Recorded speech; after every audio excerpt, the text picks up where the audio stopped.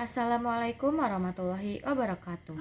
Perkenalkan, saya Maulidia Sindia Bella dari kelas 11 IPA 1. Di sini saya akan meringkas atau membahas kembali sejarah bab 1 tentang kolonialisme dan perlawanan bangsa Indonesia. Perlawanan bangsa Indonesia terhadap bangsa Barat dimulai sejak abad ke-17 ketika bangsa Portugis datang ke wilayah Nusantara untuk memonopoli perdagangan rempah-rempah. A. Keterkaitan sejarah antara situasi regional dan global. Konektivitas regional antara dunia timur dan barat telah ada sejak ribuan tahun yang lalu. Konektivitas ini semakin berkembang pada abad ke-15 ketika bangsa Eropa mulai mencari jalur alternatif ke Asia untuk memonopoli perdagangan rempah-rempah dan bahan mentah lainnya. Peristiwa regional dan global memiliki pengaruh besar pada sejarah. Contohnya, perang saudara di sebuah negara dapat menyebar ke negara lain dan memicu perang antar negara. 1. Jalur rempah, interkoneksi, dan keberadaan bangsa asing di Nusantara. Interkoneksi adalah salah satu hal penting dalam membangun jalur rempah. Interkoneksi memungkinkan barang-barang dapat berpindah dari satu pulau ke pulau lainnya dengan mudah. Keberadaan bangsa asing di Nusantara sangat mempengaruhi jalur rempah dan interkoneksi. Hubungan perdagangan antara Nusantara dengan negara lain, seperti Nusantara dengan Tiongkok pada abad ke-5 hingga ke-7, menjadi salah satu tujuan bagi pedagang Tiongkok untuk mencari rempah-rempah seperti cengkeh dan lada. Nusantara dengan Arab yang menghubungkan laut kawasan Asia Tenggara dengan Asia Barat dan Laut Tengah, dan ada juga Nusantara dengan India. Hubungan ekonomi perdagangan antara Nusantara dan India telah terjalin selama berabad-abad. Tokoh penjelajah samudra dan Eropa seperti Alfonso de Albuquerque adalah salah satu tokoh penting dalam sejarah maritim dan merupakan bagian dari ekspansi besar-besaran negara Portugal Tengah dan Asia pada abad ke-16. Ferdinand Magellan adalah seorang pelaut Portugis yang menjadi pionis dalam perjalanan penjelajahan dunia pada abad ke-16. Francis Drake merupakan salah satu dari banyak penjelajahan maritim yang dilakukan pada abad ke-16. Ada juga Cornelis de Houtman. Penjelajahan maritim oleh Cornelis de Houtman pada abad ke-16 memegang peran penting dalam sejarah maritim dunia. 2. Penguasaan Konstantinopel oleh Turki Utsmani dan pelayaran dunia.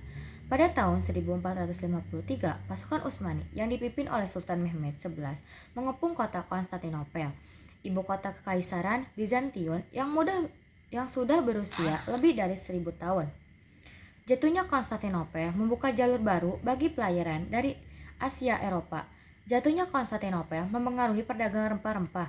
Jatuhnya Konstantinopel memperkuat posisi Eropa sebagai wilayah dominan dalam pelayaran dan perdagangan dunia. Faktor jatuhnya Konstantinopel seperti kelemahan ekonomi dan politik, pertempuran hebat, kemampuan besar Sultan Mehmed, banyak pasukan Kristen yang gugur. 3. Jatuhnya Malaka ke tangan Portugis. Malaka jatuh ke tangan Portugis pada 24 Agustus 1511 setelah diserang oleh pasukan pimpinan Alfonso de Albuquerque. Berikut adalah beberapa fakta terkait jatuhnya Malaka ke tangan Portugis. Malaka merupakan pusat perdagangan dunia pada saat itu, dengan banyak perdagangan dari Arab dan Cina. Raja Manuel dari Portugal merencanakan untuk menguasai perdagangan dengan Tiongkok. Portugis mengutus Diogo Lopes de Saqueira untuk mencari Malaka dan menjalin persahabatan dengan penguasa setempat. Sultan Mahmud Syah, penguasa Kesultanan Malaka, awalnya menyambut baik kedatangan Saqueira. Namun, para pedagang Islam di Malaka meyakinkan Sultan Mahmud Syah bahwa Portugal merupakan ancaman. Sultan Mahmud Syah berbalik melawan Saqueira, memerintahkan penyerangan terhadap 4 kapal Portugis. Keempat kapal Portugis berhasil lolos dan melakukan manuver ke India. Alfonso de Albuquerque menyerang Malaka dengan 17-18 armada dan 12.000 pasukan tentara. Setelah Malaka jatuh, Portugis menerapkan monopoli perdagangan rempah-rempah dan memblokade para pedagang Muslim. Portugis juga menyebarkan agama Kristen dan membangun gereja St. Paul pada 1521. Malaka menjadi pintu masuk kolonialisasi bangsa Eropa di Nusantara. Malaka jatuh ke tangan Inggris pada 1795 setelah pecah Perang Napoleon. B. Perlawanan bangsa Indonesia terhadap kolonialisme. Perlawanan bangsa Indonesia terhadap kolonialisme dilakukan dalam berbagai bentuk, seperti protes dan damai perang bersenjata.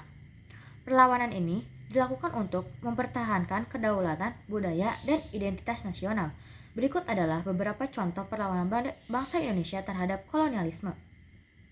Perlawanan Sultan Agung. Sultan Agung melawan VOC dengan menghancurkan lozi VOC di Jepara pada 18 Agustus 1618. Sultan Agung juga menyerang VOC di Batavia, tetapi mengalami kekalahan. Perlawanan rakyat Makassar. Sultan Hasanuddin dari Kerajaan Goa memimpin perlawanan rakyat Makassar terhadap VOC. Perlawanan Aceh. Aceh melakukan perlawanan terhadap Portugis selama kurang lebih 1 abad. Perang Banjarmasin. Pangeran Antasari memimpin Perang Banjarmasin pada tahun 1889. Beberapa ciri-ciri perlawanan bangsa Indonesia terhadap kolonialisme pada abad ke-19 adalah bersifat kedaerahan menggunakan senjata, biasanya tradisional seperti bambu runcing dan golok. Dipimpin oleh tokoh agama atau bangsawan, masih bersifat sporadis atau musiman. Belum memiliki ide nasional yang jelas, bertujuan mengusir penjajah bukan untuk memerdekakan Indonesia. 3. Melawan kekuasaan negara kolonial. Perlawanan bangsa Indonesia terhadap kolonialisme dapat diwujudkan dalam berbagai bentuk, mulai dari protes secara damai hingga perang bersenjata. Biasanya perlawanan tersebut dilakukan untuk mempertahankan kedaulatan, budaya, dan identitas nasional. C. Dampak penjajahan di negara koloni. Dampak kolonialisme di Indonesia dari bidang politik hingga pendidikan Bala dan Hadza Pirosya Tangsi Belanda. Bangunan cagar budaya di Siak Riau, salah satu peninggalan kolonialisme Belanda di Indonesia. Indonesia pernah mengalami masa kolonialisme selama ratusan tahun. Dampak kolonialisme terhadap Indonesia tidak hanya mencakup aspek politik dan ekonomi, tetapi juga membentuk masyarakat, budaya, dan identitas nasional. Dalam buku Kolonialisme